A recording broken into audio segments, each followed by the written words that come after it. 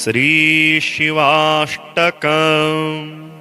तस्मै नमः परम कारण कारणाय दीप्तोज्ज्वलज्वलितपिङ्गललोचनाय नागेन्द्रहारकृतकुण्डलभूषणाय ब्रह्मेन्द्रविष्णुवरदाय नमः शिवाय।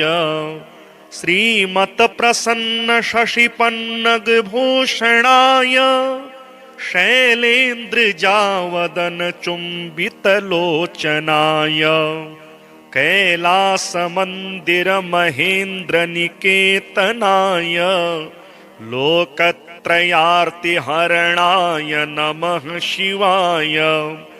पद्मावदातमणिकुण्डलगोवृषाय कृष्णागरुप्रचुरचन्दनचरचिताय भस्मानुषक्तविकचोत्पलमल्लिकाय नीलाब्जकण्ठसदृशाय नमः शिवाय।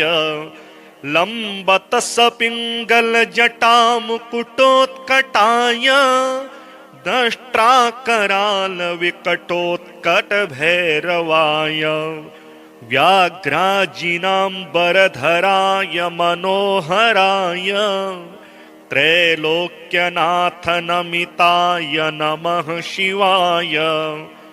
दक्षप्रजापतिमहामखनाशनाय क्षिप्रं महात्रिपुरदानवघातनाय ब्रह्मोर्जितोर्ध्वगकरोटिनिकृन्तनाय योगाय योगनमिताय नमः शिवाय। संसारसृष्टिघटनापरिवर्तनाय रक्ष्यः पिशाचगणसिद्धसमाकुलाय सिद्धोरगग्रहगणेन्द्रनिषेविताय शार्दूलचरमवसनाय नमः शिवाय। भस्माङ्गरागकृतरूपमनोहराय सौम्यावदातवनमाश्रितमाश्रिताय गौरीकटाक्षनयनार्धनिरीक्षणाय गोक्षीरधारधवलाय नमः शिवाय। आदित्यसोमवरुणानिलसेविताय यज्ञाग्निहोत्रवरधूमनिकेतनाय ऋक्सामवेदमुनिभिः स्तुतिसंस्तुताय गोपाय गोपनमिताय नमः शिवाय। शिवाष्टकमिदं पुण्यं यः पठेत् शिवसन्निधौ शिवलोकमवाप्नोति शिवेन सह मोदते। श्रीरुद्राष्टकम्। नमामि शमीशाननिर्वाणरूपं विभुं व्यापकं ब्रह्मवेदस्वरूपं निजं निर्गुणं निर्विकल्पं निरीहं चिदाकाशमाकाशवासं भजेऽहं निराकारमोङ्कारमूलं तुरीयं गिराज्ञानगोतीतमीशं गिरीशं करालं महाकाल कालं कृपालं गुणागार संसार पारं नतोऽहं तुषाराद्रिसङ्काशगौरं गभीरं मनोभूतकोटि प्रभाश्रीशरीरं स्फुरन्मौलिकल्लोलिनीचारुगङ्गा लसद्भालबालेन्दुकण्ठे भुजङ्गा चलत्कुण्डलं भ्रू सुनेत्रं विशालं प्रसन्नाननं नीलकण्ठं दयालं मृगाधीशचरमाम्बरं मुण्डमालं प्रियं शङ्करं सर्वनाथं भजामि। प्रचण्डं प्रकृष्टं प्रगल्भं परेशम् अखण्डं अजं भानुकोटिप्रकाशं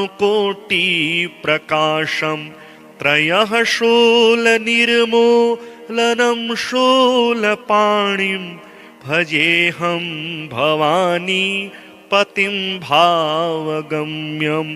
कलातीतकल्याणकल्पान्तकारी सदा सज्जनानन्ददाता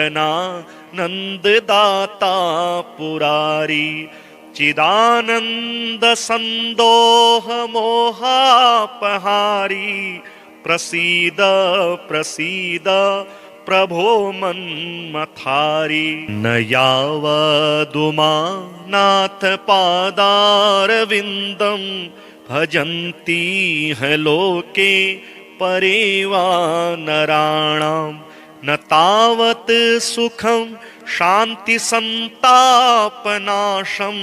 प्रसीद प्रभो सर्वभूताधिवासं।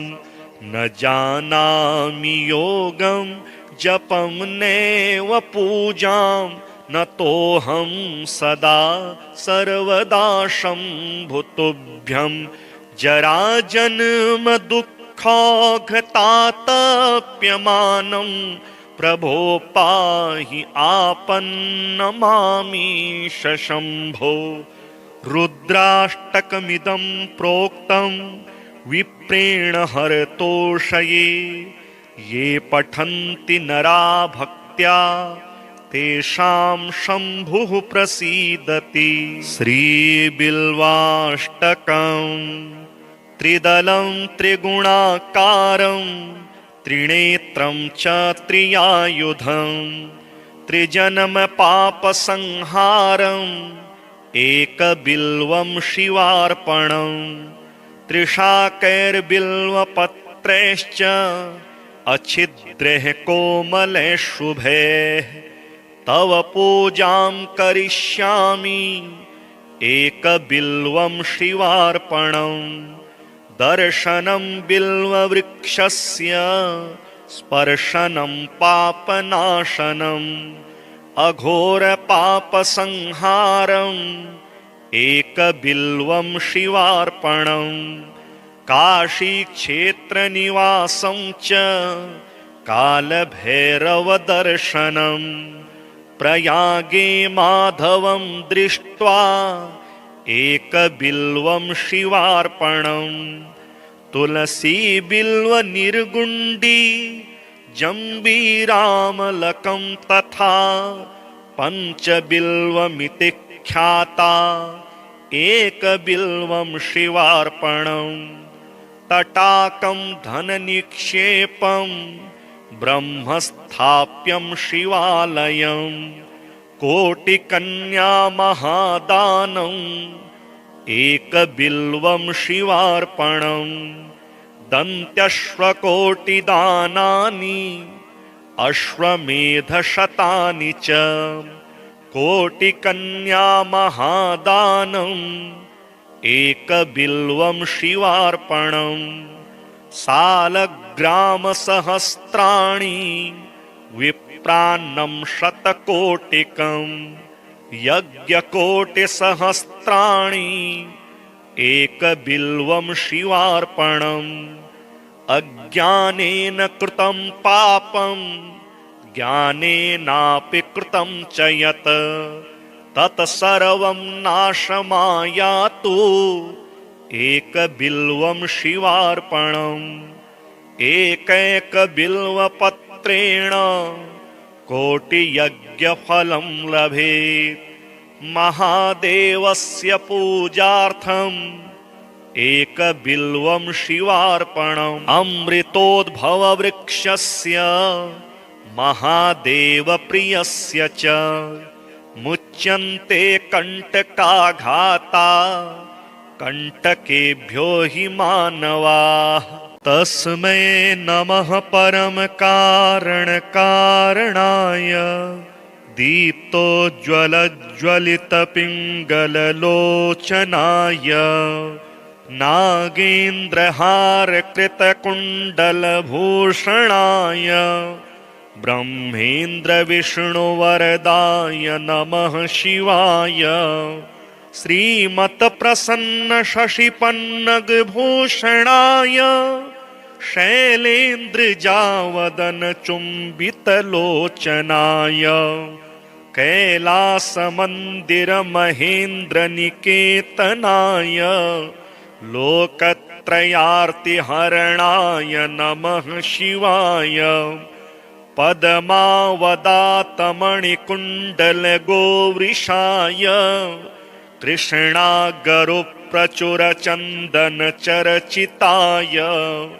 भस्मानुषक्तविकचोत्पलमल्लिकाय नीलाब्जकण्ठसदृशाय नमः शिवाय लम्बतसपिङ्गलजटामुकुटोत्कटाय दष्ट्राकरालविकटोत्कटभैरवाय व्याघ्राजिनाम्बरधराय मनोहराय त्रैलोक्यनाथनमिताय नमः शिवाय दक्षप्रजापतिमहामखनाशनाय क्षिप्रं महात्रिपुरदानवघातनाय ब्रह्मोर्जितोर्ध्वगकरोटिनिकृन्तनाय योगाय योगनमिताय नमः शिवाय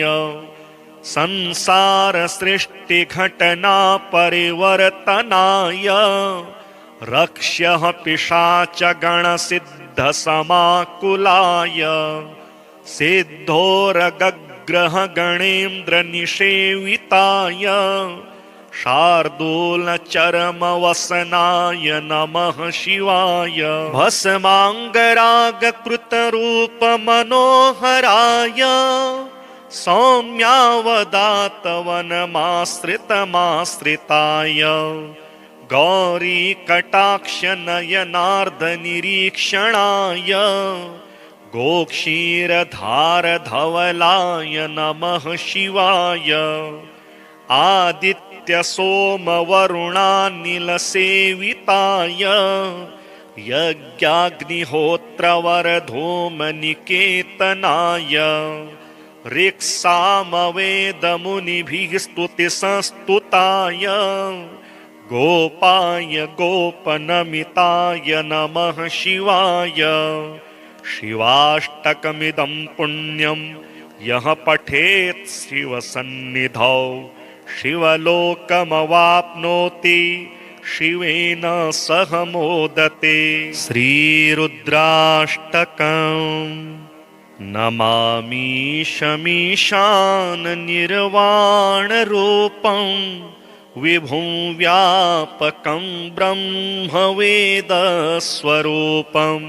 निजं निर्गुणं निर्विकल्पं निरीहं चिदाकाशमाकाशवासं भजेऽहं निराकारमोङ्कारमूलं तुरीयं गिराज्ञानगोतीतमीशं गिरीशं करालं महाकाल कालं कृपालं गुणागार संसार पारं नतोऽहं तुषाराद्रिसङ्काशगौरं गभीरं मनोभूतकोटि प्रभाश्रीशरीरं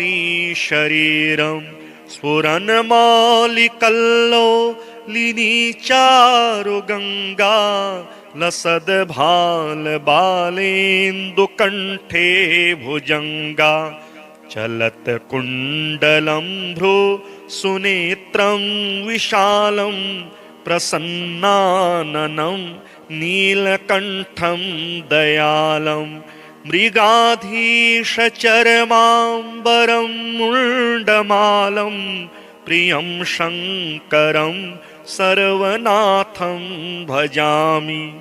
प्रचण्डं प्रकृष्टं प्रगल्भं परेशम् अखण्डं अजं भानुकोटिप्रकाशं त्रयः शूलनिर्मूलनं शूलपाणिं भजेऽहं भवानी पतिं भावगम्यं।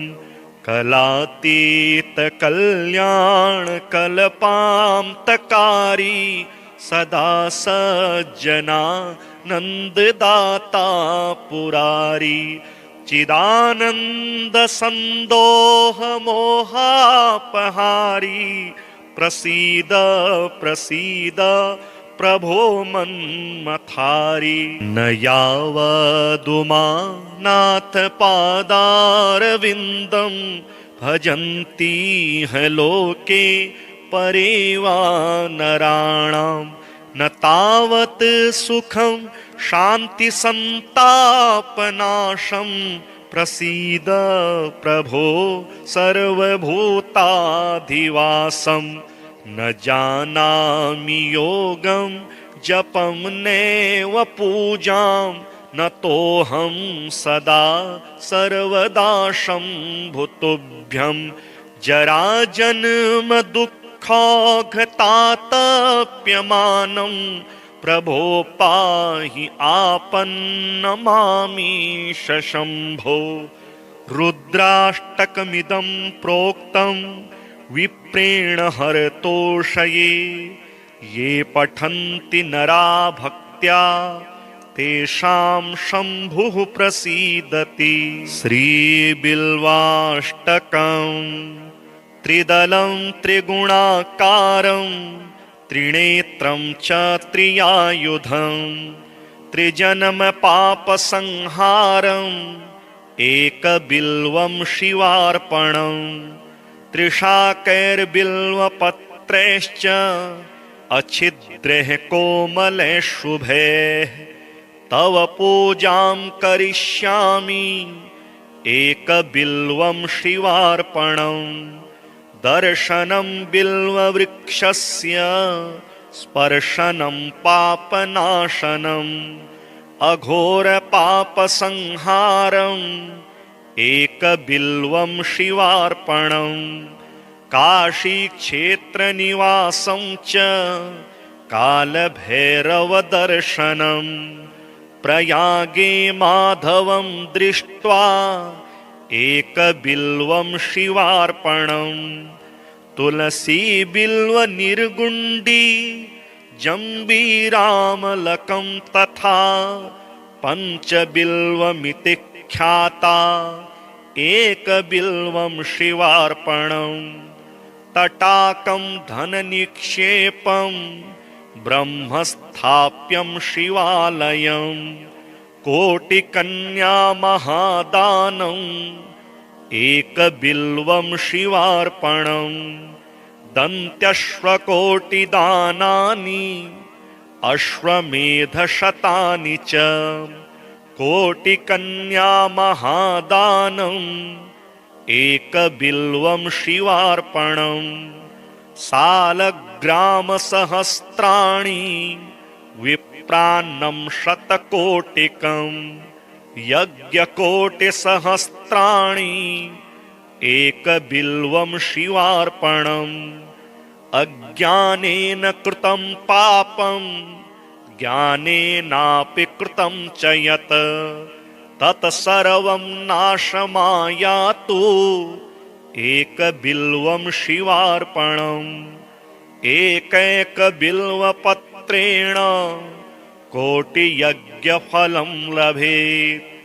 महादेवस्य पूजार्थम् एकबिल्वं शिवार्पणम्। अमृतोद्भववृक्षस्य महादेवप्रियस्य च मुच्यन्ते कण्टकाघाता कण्टकेभ्यो हि मानवाः।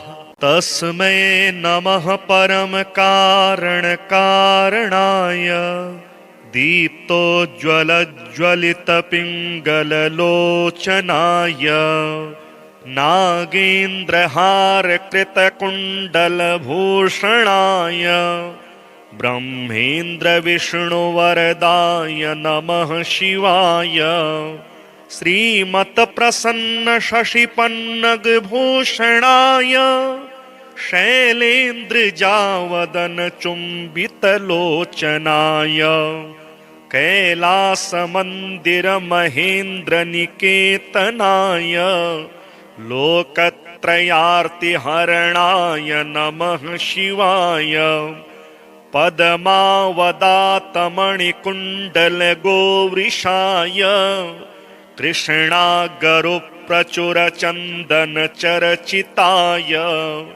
भस्मानुषक्तविकचोत्पलमल्लिकाय नीलाब्जकण्ठसदृशाय नमः शिवाय लम्बतसपिङ्गलजटामुकुटोत्कटाय दष्ट्राकरालविकटोत्कटभैरवाय व्याघ्राजिनाम्बरधराय मनोहराय त्रैलोक्यनाथनमिताय नमः शिवाय दक्षप्रजापतिमहामखनाशनाय क्षिप्रं महात्रिपुरदानवघातनाय ब्रह्मोर्जितोर्ध्वगकरोटिनिकृन्तनाय योगाय योगनमिताय नमः शिवाय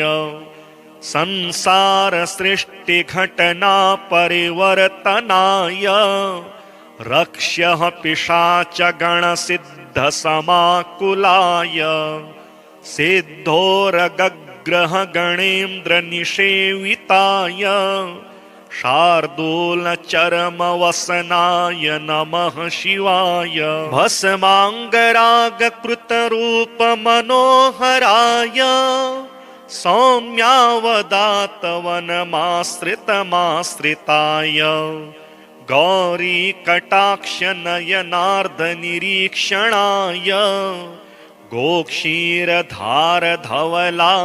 नमः शिवाय आदित्यसोमवरुणानिलसेविताय यज्ञाग्निहोत्रवरधूमनिकेतनाय ऋक्सामवेदमुनिभिः स्तुतिसंस्तुताय गोपाय गोपनमिताय नमः शिवाय शिवाष्टकमिदं पुण्यं यः पठेत् शिवसन्निधौ शिवलोकमवाप्नोति शिवेन सह मोदते। श्रीरुद्राष्टकम्। नमामि शमीशाननिर्वाणरूपं विभुं व्यापकं ब्रह्मवेदस्वरूपं निजं निर्गुणं निर्विकल्पं निरीहं चिदाकाशमाकाशवासं भजेऽहं निराकारमोङ्कारमूलं तुरीयं गिराज्ञानगोतीतमीशं गिरीशं करालं महाकाल कालं कृपालं गुणागार संसार पारं नतोऽहं तुषाराद्रिसङ्काशगौरं गभीरं मनोभूतकोटि प्रभाश्रीशरीरं स्फुरन्मौलिकल्लोलिनीचारुगङ्गा लसद्भालबालेन्दुकण्ठे भुजङ्गा चलत्कुण्डलं भ्रू सुनेत्रं विशालं प्रसन्नाननं नीलकण्ठं दयालं मृगाधीशचरमाम्बरं मुण्डमालं प्रियं शङ्करं सर्वनाथं भजामि प्रचण्डं प्रकृष्टं प्रगल्भं परेशम् अखण्डं अजं भानुकोटिप्रकाशं त्रयः शूलनिर्मूलनं शूलपाणिं भजेऽहं भवानी पतिं भावगम्यं कलातीतकल्याणकल्पान्तकारी सदा सज्जनानन्ददाता पुरारी चिदानन्दसन्दोहमोहापहारी प्रसीद प्रसीद प्रभो मन्मथारी न यावदुमानाथ पादारविन्दं भजन्ति ह लोके परे वा नराणां न तावत् सुखं शान्तिसन्तापनाशं प्रसीद प्रभो सर्वभूताधिवासं न जानामि योगं जपं नैव पूजां न तोऽहं सदा सर्वदा शम्भुतुभ्यं जराजन्म दुःखौघतातप्यमानं प्रभो पाहि आपन्नमामीश शम्भो रुद्राष्टकमिदं प्रोक्तं विप्रेण हरतोषये ये पठन्ति नरा भक्त्या तेषां शम्भुः प्रसीदति श्रीबिल्वाष्टकं त्रिदलं त्रिगुणाकारं त्रिनेत्रं च त्रियायुधं त्रिजन्मपापसंहारम् एकबिल्वं शिवार्पणम् त्रिशाकैर्बिल्वपत्रैश्च अच्छिद्रैः कोमलैः शुभैः तव पूजां करिष्यामि एकबिल्वं शिवार्पणम् दर्शनं बिल्ववृक्षस्य स्पर्शनं पापनाशनम् अघोरपापसंहारम्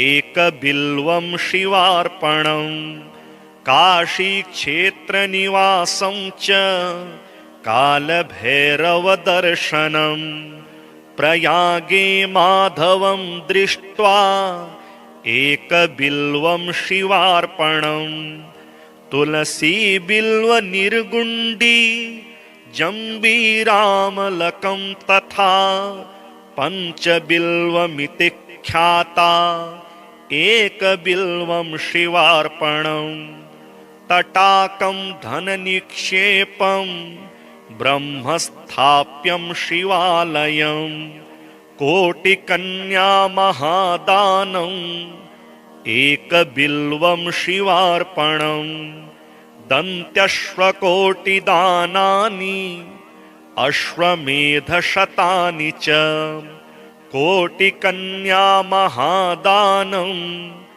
एकबिल्वं शिवार्पणम् सालग्रामसहस्राणि विप्रान्नं शतकोटिकम् यज्ञकोटिसहस्राणि एकबिल्वं शिवार्पणम् अज्ञानेन कृतं पापं ज्ञानेनापि कृतं च यत् तत्सर्वं नाशमायातु एकबिल्वं शिवार्पणम् एकैकबिल्वपत्रेण कोटियज्ञफलं लभेत् महादेवस्य पूजार्थम् एकबिल्वं शिवार्पणम् अमृतोद्भववृक्षस्य महादेवप्रियस्य च मुच्यन्ते कण्टकाघाता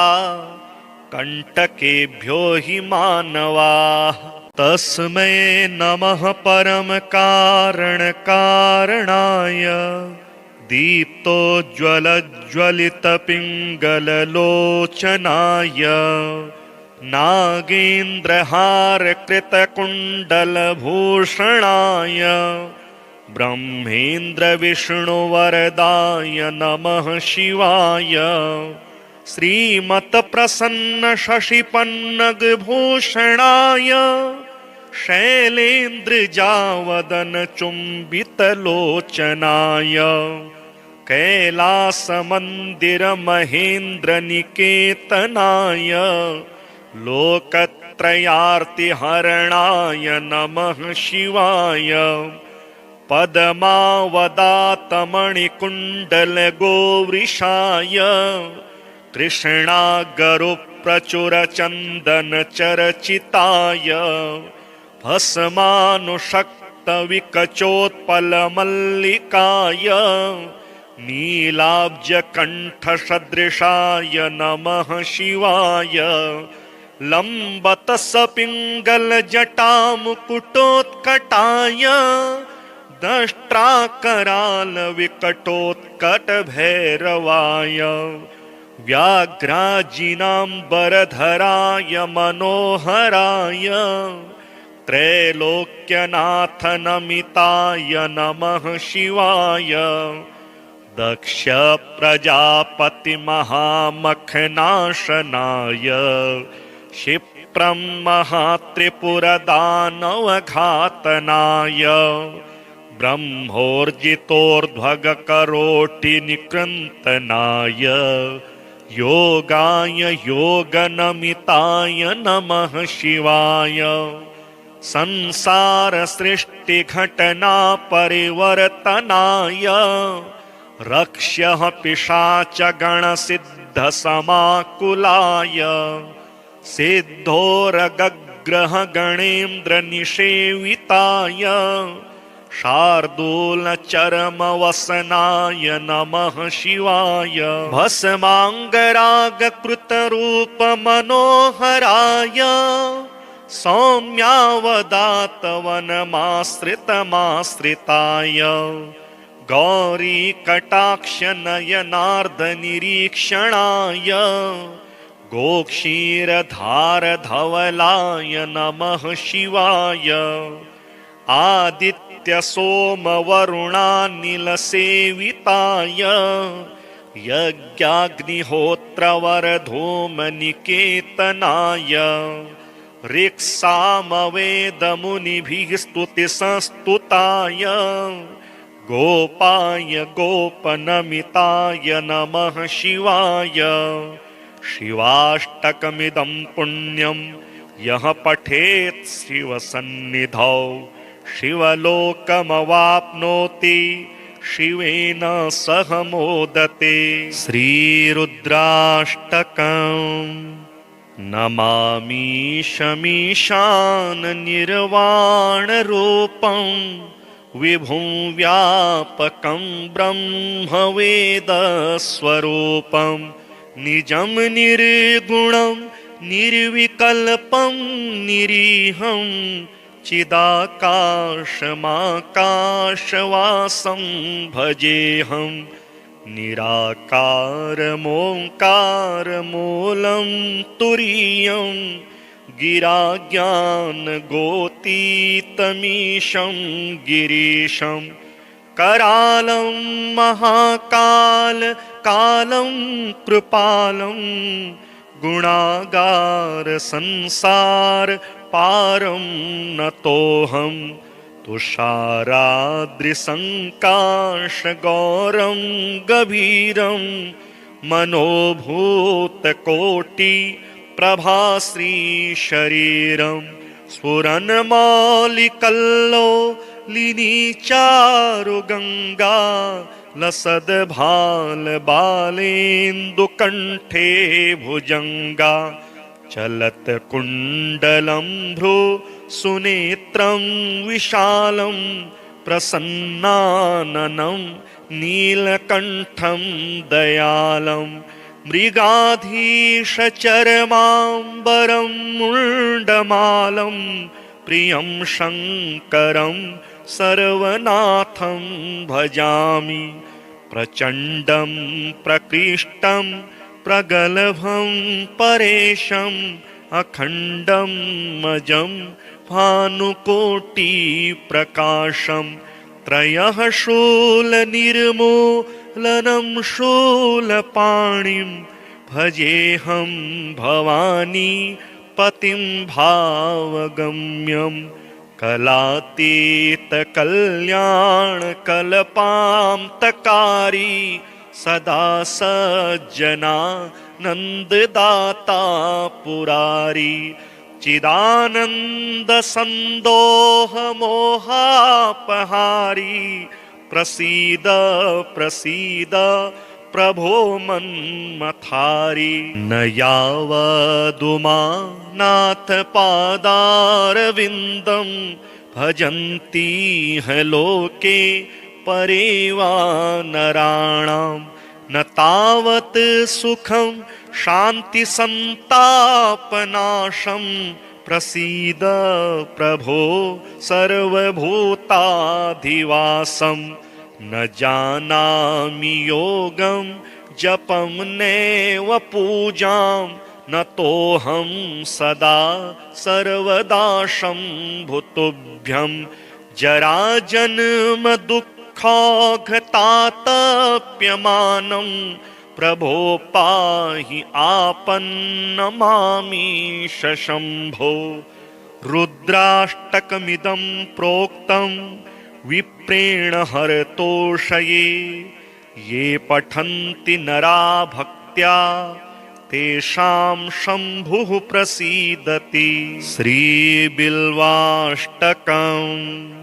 त्रिदलं त्रिगुणाकारं त्रिनेत्रं च त्रियायुधं त्रिजन्मपापसंहारम् एकबिल्वं शिवार्पणं त्रिशाकैर्बिल्वपत्रैश्च अच्छिद्रैः कोमलैः शुभैः तव पूजां करिष्यामि एकबिल्वं शिवार्पणं दर्शनं बिल्ववृक्षस्य स्पर्शनं पापनाशनम् अघोरपापसंहारम्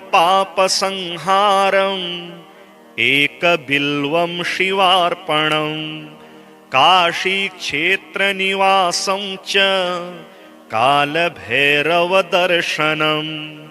प्रयागे माधवं दृष्ट्वा एकबिल्वं शिवार्पणं तुलसीबिल्वनिर्गुण्डी जम्बीरामलकं तथा पञ्चबिल्वमिति ख्याता एकबिल्वं शिवार्पणं तटाकं धननिक्षेपं ब्रह्मस्थाप्यं शिवालयं कोटिकन्यामहादानम् एकबिल्वं शिवार्पणं दन्त्यश्वकोटिदानानि अश्वमेधशतानि च कोटिकन्यामहादानम् एकबिल्वं शिवार्पणं सालग्रामसहस्राणि विप्रान्नं शतकोटिकं यज्ञकोटिसहस्राणि एकबिल्वं शिवार्पणम् अज्ञानेन कृतं पापं ज्ञानेनापि कृतं च यत् तत्सर्वं नाशमायातु एकबिल्वं शिवार्पणम् एकैकबिल्वपत्रेण कोटियज्ञफलं लभेत् महादेवस्य पूजार्थम् एकबिल्वं शिवार्पणम् अमृतोद्भववृक्षस्य महादेवप्रियस्य च मुच्यन्ते कण्टकाघाता कण्टकेभ्यो हि मानवाः